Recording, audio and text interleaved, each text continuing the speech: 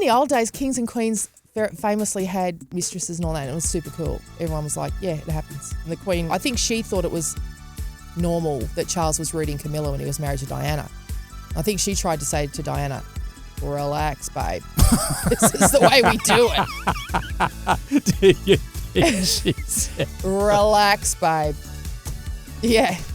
You know, this is the way we do it. Because Diana's family was all in royalty as well. I'm pretty sure some of Diana's grandmothers were hooking up with kings. So the Queen was a bit like, g'day. G'day. G'day. What do you mean he's rooting someone else? Oh. It's what we do. Can we be real, Bagsy? How are we? Oh, fresh hair wax in. You just put hair wax in your hair, which is super cute. Went off to the bathroom. But your jacket is like, are you comfortable? You look overstuffed. You know why I'm wearing this? Why? Because, well, first of all, I'm showing off. I know. We've all seen your $400. Lululemon $400 jacket, you idiot. And also, because Son, who works here, Yeah. who helps us out sometimes, Yeah. I took the jacket off the other day and she said I look like a chicken at the moment because I haven't been to the gym. Oh. So, and you're a bit pale. bit pale, Yeah. muscle, the bones on me are looking a bit, there's not many feathers going on underneath here. So, Yeah, I'd give anything for someone to tell me I look like a chicken. you reckon? Oh, you look at your skinny chicken arms. I'll be like, oh my God, really? Yeah, but a chicken's not hot. You know when you see It depends. Whenever you see a chicken that's been plucked. I'm jealous of their skinniness often. You know, just a raw chook on my kitchen bench. I'm like, I'd kill for those arms. How did you get those arms? Yeah, no, Yeah. I'd be flattered. As a bloke though, you don't want to be known as a chicken. Oh, you look, know. how How many blokes do you like that? I've liked guys with skinny chicken arms before. Have you? Yeah, Okay. it's been known to happen. All right. But compliments are, tricky. I remember telling a woman I know that she looked like a drag queen from behind. And I meant that as a compliment. Why? How would that be a compliment? Because she had a stunning big blonde ponytail. She looked tall and thin. And she had great heels on. So why don't you say you look like a supermodel? You Oh, know that's better. Yeah, but, mate, you know that's better. No, I didn't know it at the you time. know that's better. I didn't know it at the time. How did you not know that at the time? Because I admire drag queens so much. I think you chose it to be. No, I swear to God, I to be didn't. a bit like, And it was really mate, awkward because what's the problem? I didn't even realise in the moment I'd made the mistake. Like a girlfriend told me ages later. Apparently it was disgust. It was you a look thing like a drag queen. that I'd said, oh, God, you look fabulous, baby. You look like a drag queen from behind. Again, you say that to me, I'd be so happy. I'd be chuffed. Well, at least you didn't say you look like a drag queen from the front. I know. I mean, most drag queens look great from the front too, but, you're right. It would have been, I think, a little bit more room for confusion if I'd said that, but I still think what I said was obviously a compliment. But anyway, as long as you're not too hot, you look like that guy that everyone at dinner's going, take your jacket off, mate. And you're like, no, I'm fine. And it's like, oh, yeah. Although I'm wearing my Winnie today, my Anko Winnie, because it is a bit nippy in the sizzle. It is a bit nippy, isn't it? Yeah. Do you like it nippy? I don't really care. I got in the cab. I don't like being cold as a rule, but I got in the cab and the cab driver said, oh, I'm sorry, it's a bit cold. And I was like, I'm from Melbourne, mate. It's fine. Absolutely. This is Sydney nippy, yeah. Oh, it's cold for us. It's really cold for us. But I thought to myself, mate, that's the least of my troubles in this cab. And he might have said it because I cracked the window a bit. Because now my dad was a taxi driver, so I'm not putting shit on taxi drivers as a genre. But it was the smelly cab. Yeah. It was. I've never really ever been in a cab where I go, I'm loving these smells. Yeah. I've never ever said that to myself. I've never said that to myself either, and it's funny because sometimes you do get in an Uber when a bloke's really proud of his car because that's like the difference. like a Tesla? Yeah, well, yeah. Sometimes you do go, a lot of okay, Teslas. I feel like the bloody queen back here. Yeah, there's a lot of those Chinese cars we've talked about, the BYCs or whatever they are. BYD. BYD. Yeah. They're often quite You're still flash. waiting for that deal to come through, aren't you? Still waiting. Well, I should probably get the name right if I'm trying to score a deal. But oftentimes I get into an Uber and I'll be moved to say to the guy, this car's beautiful. And he'll go, oh, thank you. Yeah. But cab drivers don't have the same connection with their vehicles, I find. But this I actually said to a guy the other day, hey, is this a new car? Because I do like asking about, especially the new techie cars. Yeah. Like the Teslas Love or the BYDs or all these kind of things. Yeah. And I said, oh, is this a new car? He goes, yeah, it's 4 years old. And I thought, I'm expecting, new to me is 6 months. Nothing is new after 4 years. What is he on? Yeah, 4 years. Nothing is new. Mate. Like shit. I mean, I grew up poor, but nothing's new after 4 years, dude. Nah. What a weird I'd have to say, can you pull over and let me out? You're weird. But it's still, he'd kept it in immaculate condition. He's one of these guys. Great. Had Good the for mints him, on the but he's side, all that kind of thing. confused about what new means, Yeah. which makes me So what is new? edgy. New. Like, I'm saying 4 months is pushing it. How old was your taxi? Oh, who knows? I mean, big city taxis are or less loved than the taxis my dad owned his taxi. He had to buy the new car every 5 years or something. These cats, they're just like, this is my office, this is my dining room, I snooze in here, this is it. And it smelt like that. This taxi smelt like a All combination of gingivitis. Ooh. You know when you can smell someone's tooth decay from this gingivitis, a combination of gingivitis and clothes that had sat in the washing machine too long before they went in the dryer. Yeah. You got to rewash Bit of them. feet, bit of like a foot kind of shoe stench. Maybe there was a musty undertone that could have been that. But these were the top notes. The top notes were definitely gingivitis and slightly mouldy clothes that had then been, when you put those clothes in the dryer, it's like it cooks it in. Yeah. It cooks that mouldy smell in. Totally. You can't save it in the dryer. You've got to wash it again. So that's the sizzle for me today. How good is it when you get a taxi and then a maxi taxi turns up? Surprise maxi. A surprise maxi, but you're the only one. Love that. And you can just choose where you go. Where do you go? Do you go back seat? Where you jump in the middle there? Do you sit backwards? Seats. Oh, okay, no, I couldn't sit backwards. I don't know how people sit backwards on trains or anything. I'm like, make me sick. But just spread out. My bag gets a seat. Yeah. So good, just chilling like a villain. My legs are spreading out. Yeah. What about when you get picked up by an Uber? That's those Mercedes vans, So and you get good. your own little seat. Right? Sometimes you feel like Kris Jenner getting driven around. I know, in a Sprinter. Sometimes when I've got the kids with me, I will order a 6-seater. Yeah. Just as a treat for the three of us because we're all units, know. So, and if we've got bags as well, I'm like, well, I'm not getting a bloody 4-seater. So let's stretch out, let's kick out. But I did it the other day when we came to Sydney, and they still made me sit in the front seat with the driver. I'm like, there's a backpack. One of you take the backpack. And they're like, no. I said, I'll take the backpack. And Louis goes, no. And he's blocking it with his body. And he goes, no, it'll be too weird. You just go in the front. And I didn't want to say in front of the dude, but I was like, that's fucking weird, sitting there chatting with this guy. Yeah. Come on. No, it's too weird. Body blocking. Okay, into the front again I go. But, look, I wanted to talk to you about something. I'll go for it, mate. We've got some time. We got time. And I realized in the shower this morning, I thought... It was very natural as well, the way you brought that up, that you wanted to talk to me about something. Well, I felt like that was really... Because I thought, hang on, I'm spending too much time crapping on about gingivitis in a taxi and I'm not telling you what I wanted to tell you. I thought in the shower this morning, I'm going to tell him that. I'm going to do that today. You thought about me in the shower? I did. Sure did, babes. You are trouble. Fire emoji. Thanks. Yeah, I'm in trouble. So I'm in the shower and I was thinking, what are we going to talk about today? And I thought, I'm going to tell him. I love that you know what, I'm going to say, this, I like that you think that far ahead. I know. Well, I don't normally. You know me. I'm like... That's surprising, I'll be honest with you. Yeah. Especially with this podcast. Normally I'm sitting here a minute before flicking through my phone going, I'll talk about that. This is, So you've given this a bit of thought today? Yeah, because it's... Bloody hell, mate. Don't... Something that's been on my mind for ages and I have never... Do I have to prepare for this? Is this going to be brutal? It's not... No. Okay. No, I know that horrible feeling. It's not that. No, it's something about me that's super, super embarrassing and I just think it's going to make people look at me differently and I just thought, fuck, I'm going to say it. Shit. It sounds like not much at the beginning, but then we'll unpack it and you'll realise it is. Okay. I am a fan of Ellen. Not Ellen. It's potentially worse. Mel Gibson? No, it's not problematic. Okay. I am a fan of the royal family. Great. Me too. Yeah. Really? Yeah. I'm really I feel like the people are going to go, I'm never watching her again. I'm never listening to it. It throws into doubt everything she's ever said. When the Queen died, I've been to London a few times. I always go see Buckingham Palace and all that kind of thing. I never have. I've driven past it in a cab, but I've never got out. When the Queen died, that's when I realised, this is important to people. This is important. I know we kind of take the piss out of her with her voice and all that kind of thing and all those, whatever. I realised it was important to me. Right. So what is it about? What's it important Well, to you? not only that, because I'm like, the Queen was a fierce bitch. And I think we can all accept that. And we like that. We love that. Who doesn't love a fierce bitch? Oh, and particularly an elderly fierce bitch. A bitch who's still holding her own, right? She's in her 80s or whatever she's in. Is this wrong to say, but fucking hot? I know, I get it.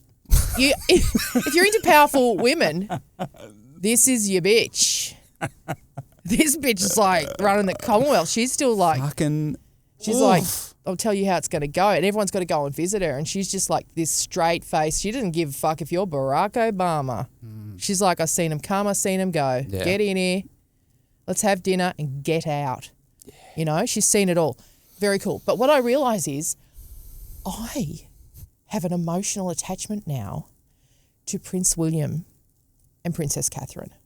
The fact that I'm calling her Princess Catherine Okay. should tell you, because everyone calls her Kate. But I know she wants to be called Princess Catherine, so I do. And they're little mini-me's.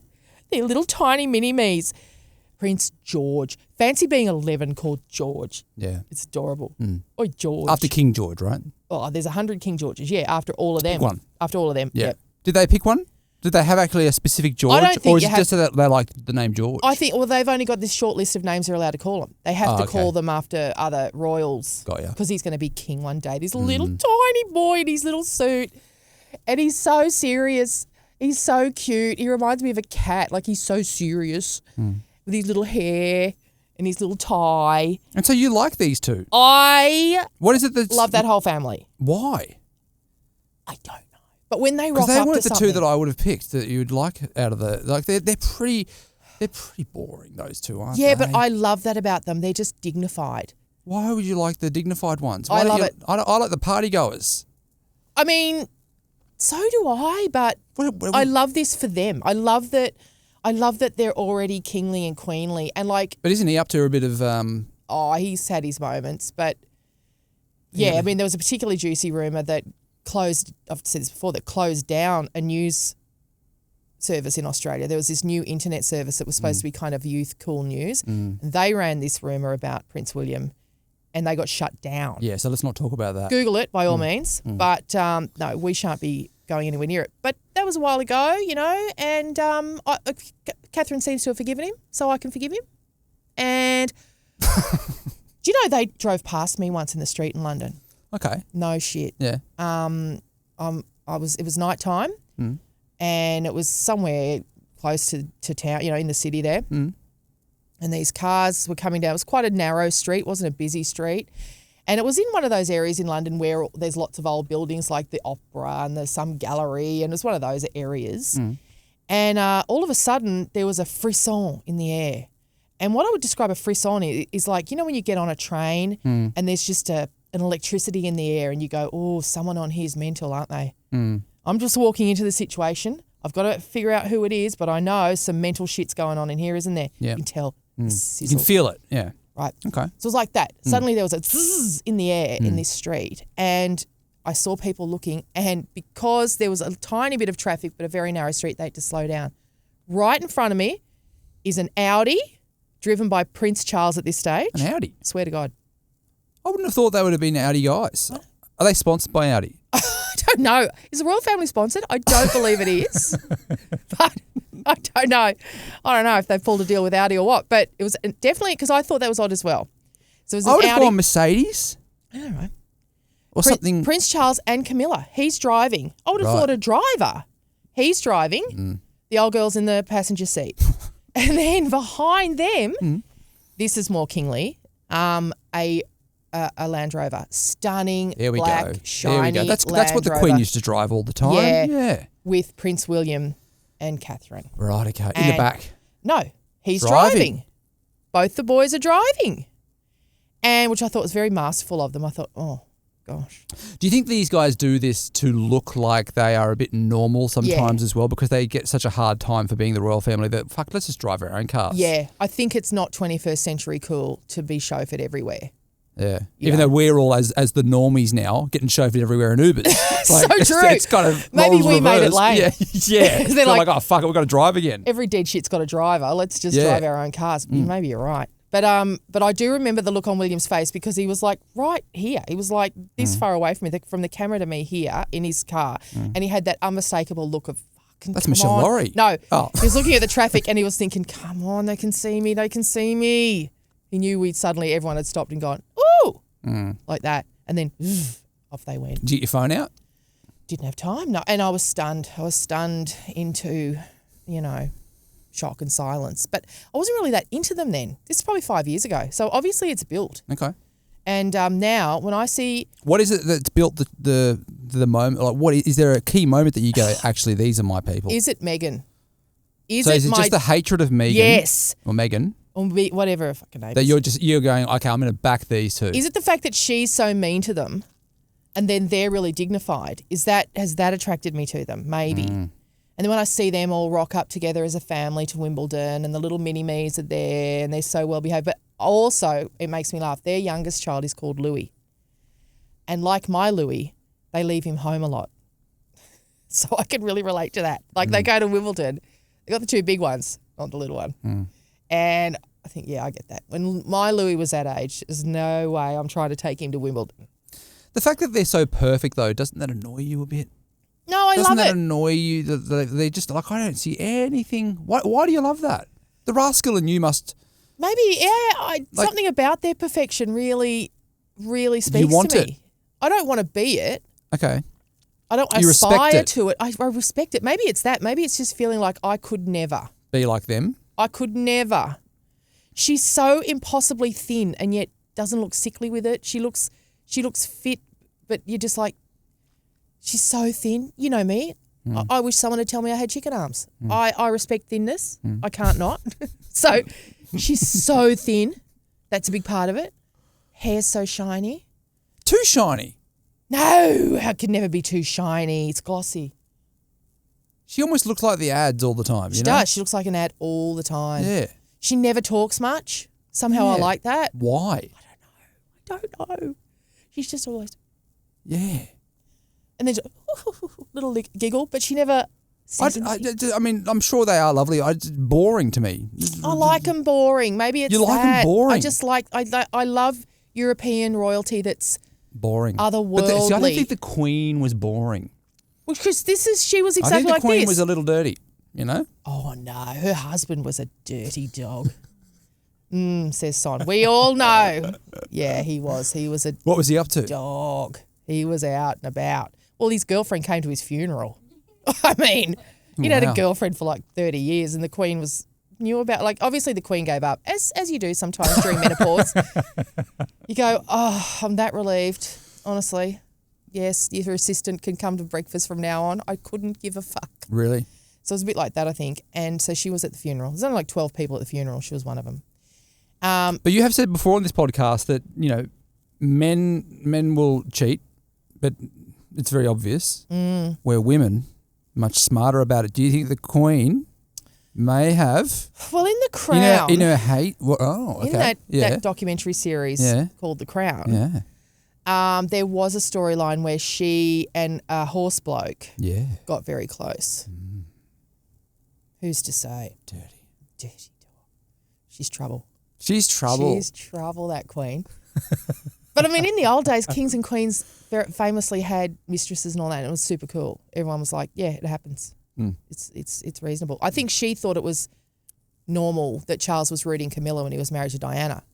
I think she tried to say to Diana, relax, babe. This is the way we do it. Do you think she said? Relax, babe. Yeah. This is the way we do it. Because Diana's family was all in royalty as well. I'm pretty sure some of Diana's grandmothers were hooking up with kings. So the Queen was a bit like, g'day. G'day. G'day. What do you mean he's rooting someone else? Oh. It's what we do, as you well know, lady. So the Queen was down. Yeah. She was cool. And I think there's still a bit of that. Of course, Meghan will make a big fucking deal out of it, but I think it's still, everyone's still like, it happens. How would the world react if Meghan cheated on Harry? With joy, I would. And I'm so sorry to Harry to say that, but I'd be like, good, fuck her off. We've been telling you this for years. Here's your chance. Get rid of her. Go home. Stop being stupid. I mean, isn't that what we all want to say to Harry? Get rid of her and go home and stop being stupid. Preach, Preach. girl. Sonia says, preach from behind the curtain. Preach. Go home. Take your kids. Okay. Or have them every second weekend. I don't care. So what, you want him back in Vegas, don't you, at the party? No, Is that I where you want him want him? back in London. I want okay. him back just hanging out with his horsey mates that he went to the posh schools with. Yeah. Just stop being stupid. Just be you, mate. You know, there's plenty of fun to be had in London. Well, there's hot women there. So many hot women. There's secret clubs. There's clubs that keep your secrets in London. Plenty of them. Just go back to that. Super fun. Ride your horses.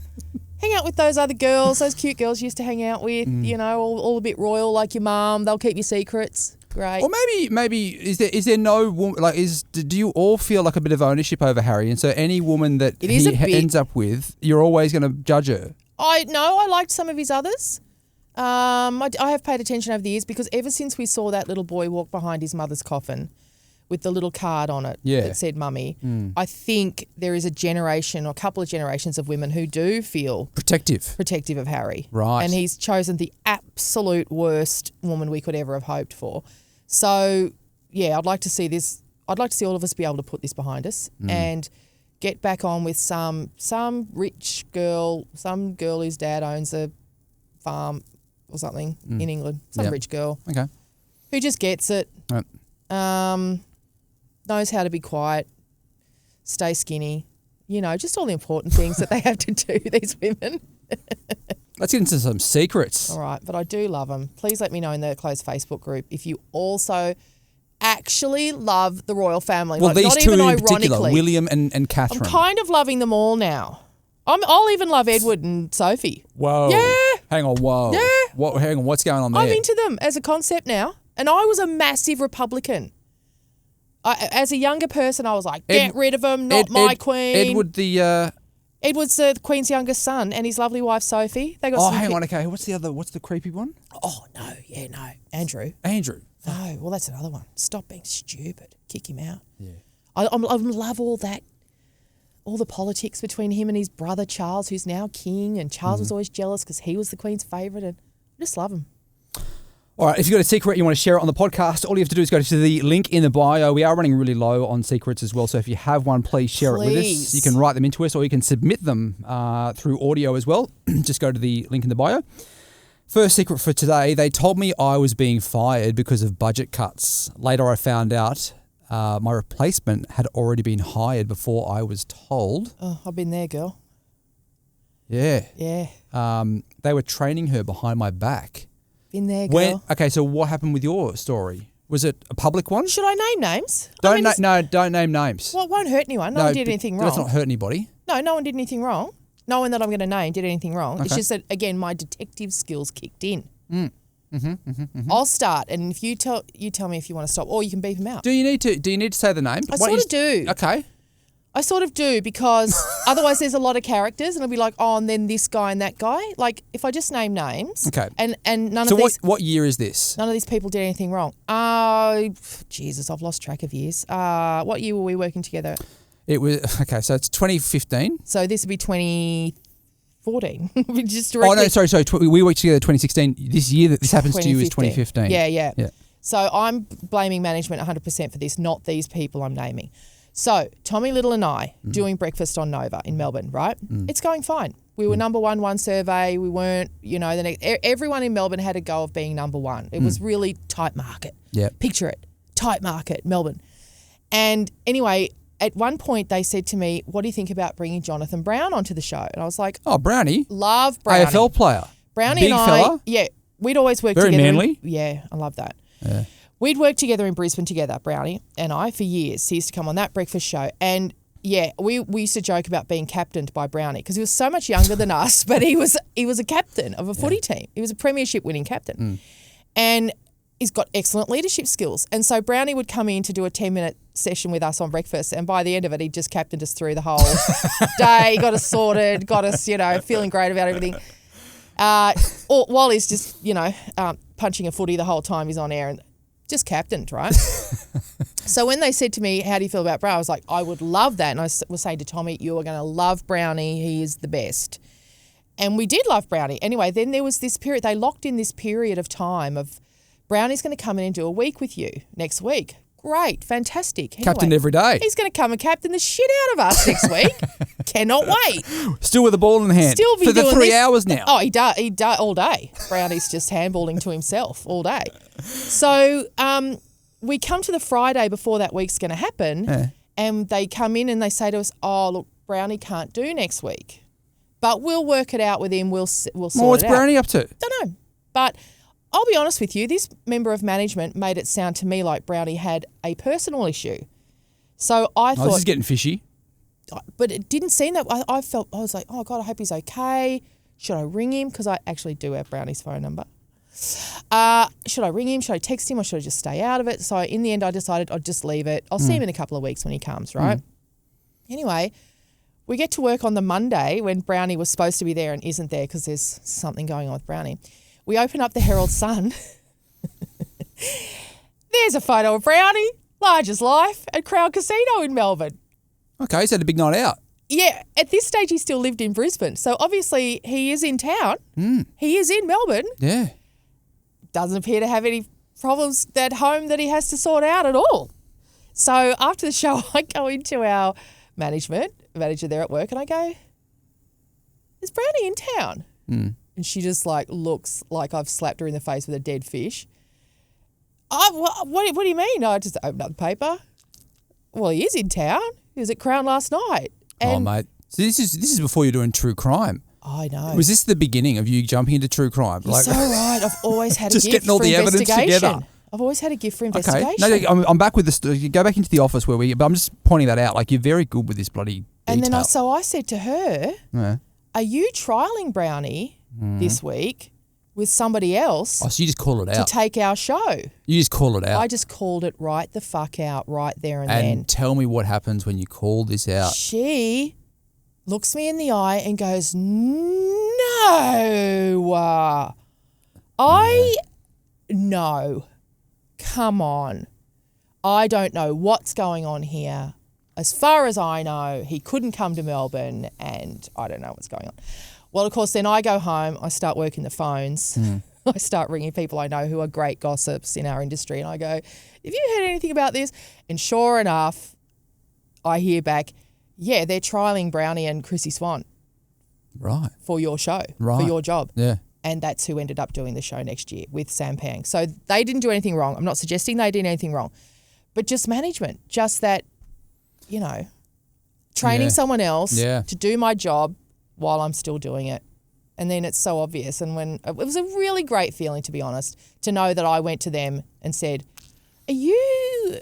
So then how long after that moment do you get told, actually, that... Because that happens, we know that now, you get replaced by those people. Yeah, it was months. It was about 3 months. So you're sitting in this lurky zone of not really knowing what's going on. No, I did know. Well, you knew. But I wasn't supposed to But there was no answers from the people. Yeah, So there's no one saying to you, actually, No.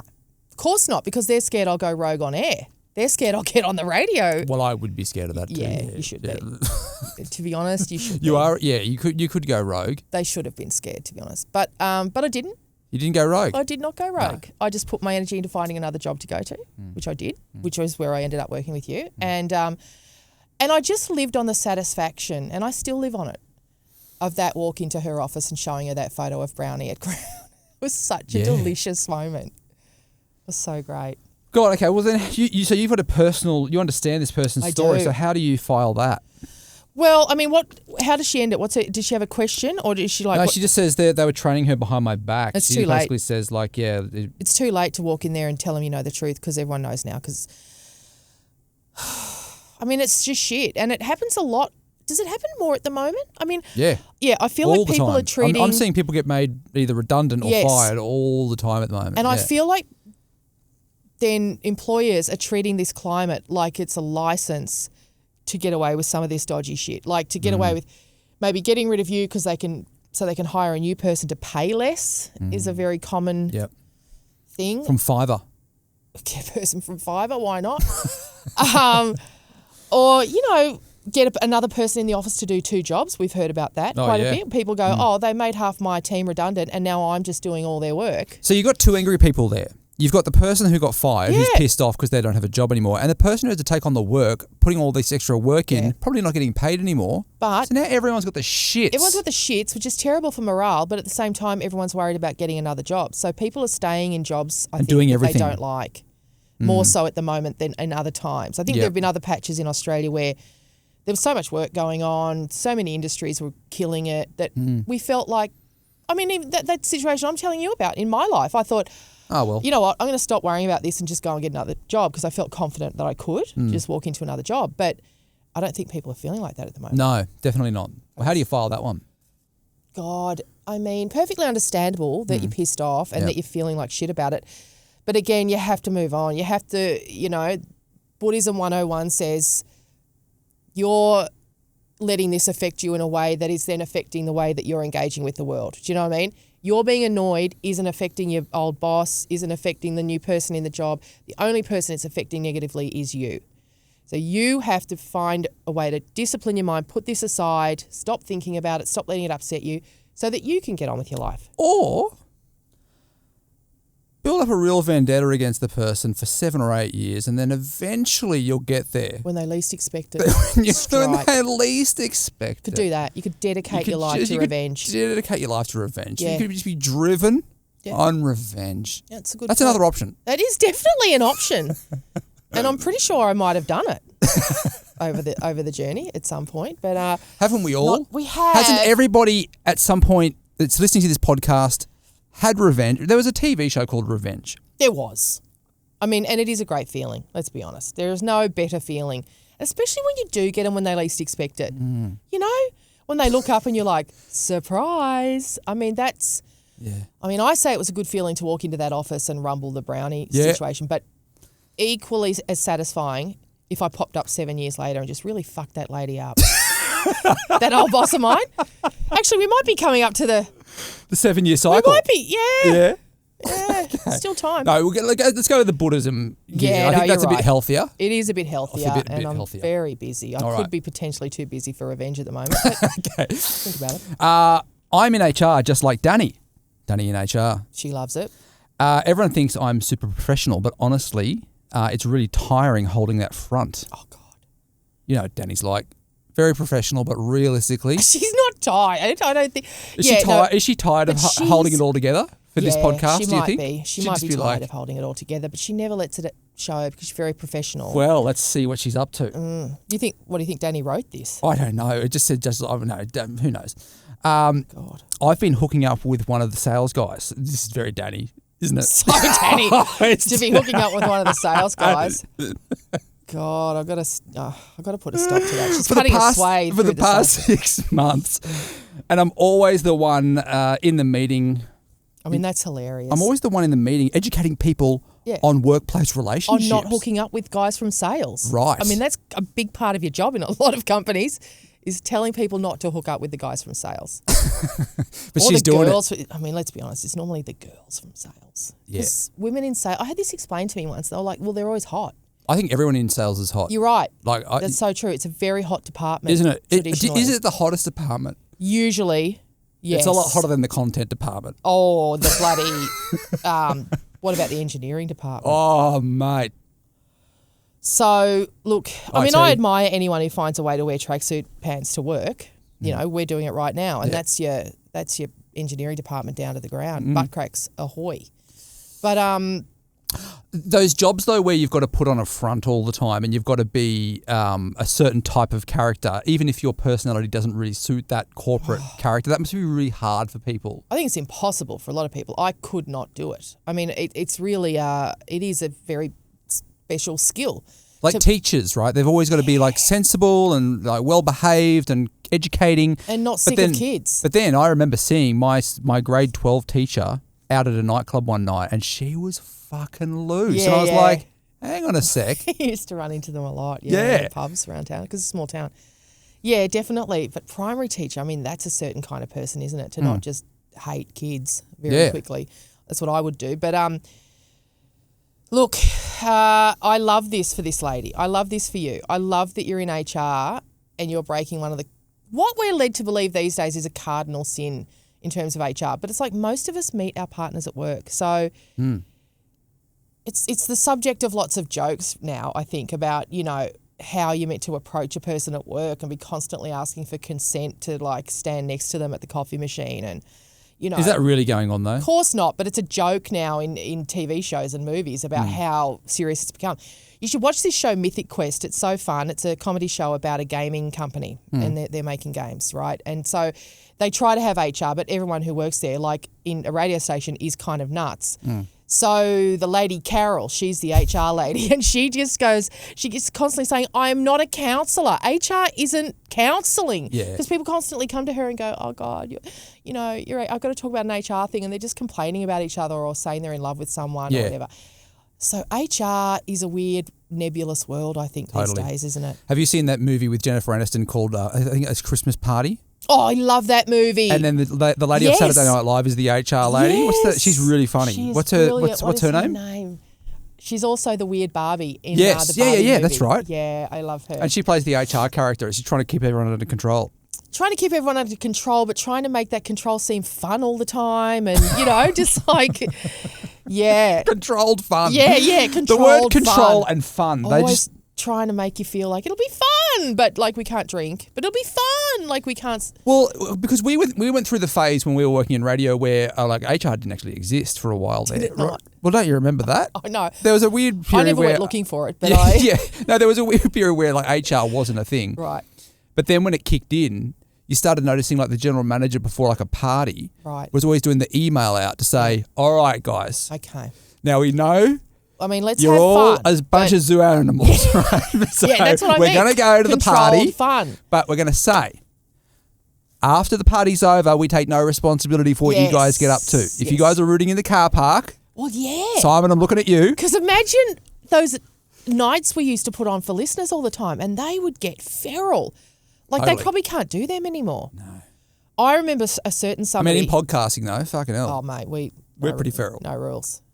Don't tell Danny, but I remember, and this wasn't. You know what she's up to. She's crazy. This one, she's the worst offender in the car park. Oh. But I remember this wasn't a show that I worked on. This is someone else's show, and they famously pashed the vodka merchant. Like there was a guy that was at a pub.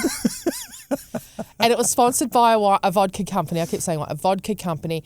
And at the end of the night, she's a superstar on radio. She ends up pashing on with the guy, like in front of listeners, in front of everybody. Oh, Amanda Keller. No, but not far. Not far off.